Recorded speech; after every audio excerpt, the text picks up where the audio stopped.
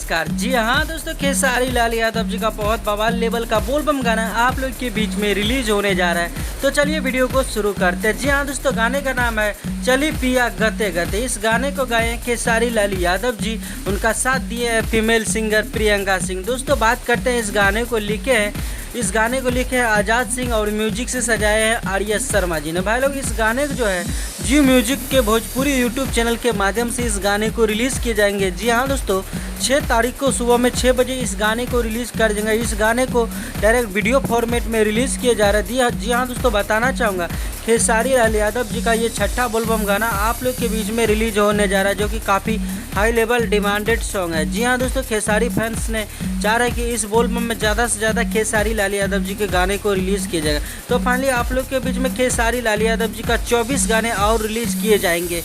सभी चैनल, जितने भी चैनल है भोजपुरी में जो कि खेसारी लाल यादव जी के गाने लेते हैं, सभी चैनल पे रिलीज़ किए जाएंगे। तो गाइस, वीडियो कैसा लगा? आशा करते काफ़ी अच्छा लगा। तो वीडियो को एक लाइक और चैनल को सब्सक्राइब कर दीजिए, क्योंकि खेसारी लाल यादव जी से रिलेटेड न्यूज़ हमारे यूट्यूब चैनल के माध्यम से आते रहते हैं। तो गाइस, आज का वीडियो में बस इतना ही। मिलते हैं वीडियो के साथ, तब तक के लिए bye bye, take care, love you all.